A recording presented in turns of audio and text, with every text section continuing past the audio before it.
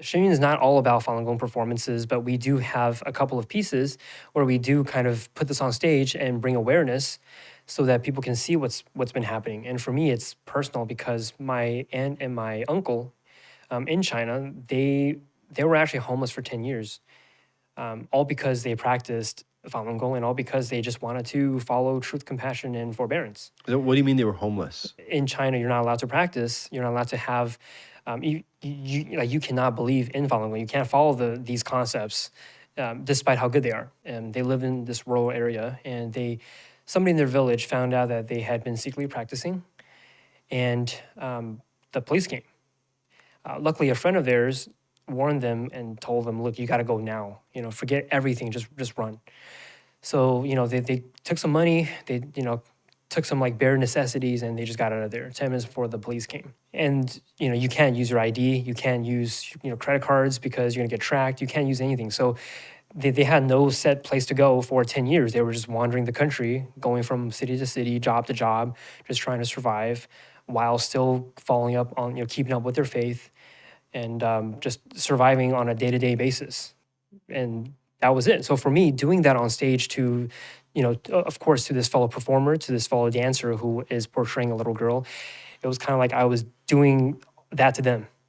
So for me, sometimes I would there were moments where I would kind of forget that I was actually just performing, and I would kind of immerse into the dance, and it would feel terrible sometimes.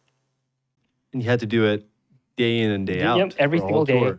Yeah, the dance before, you're this righteous, protector figure. And then that next dance, I had to be this, this very cruel policeman that was, attacking this innocent girl. We've had people who have watched our performance, and they would come up to us and was like, "Hey, and these are Chinese people," and said, "I was there, I lived it. I experienced that persecution, and you guys need to be a little more evil." And this is after me feeling that I've just been this evil, terrible person. So, reality is probably even worse than what we've artistically portrayed. Did you ever talk to your family about it? Oh yeah, well, I mean, my parents have seen the show, and they would kind of comment on how I performed as a policeman.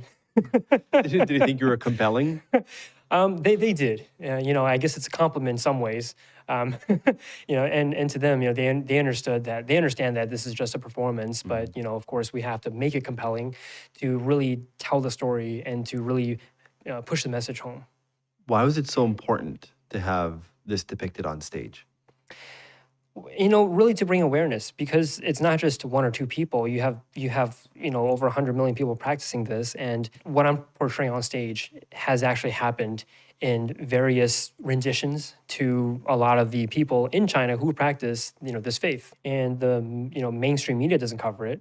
So we have to be our own voice in some ways.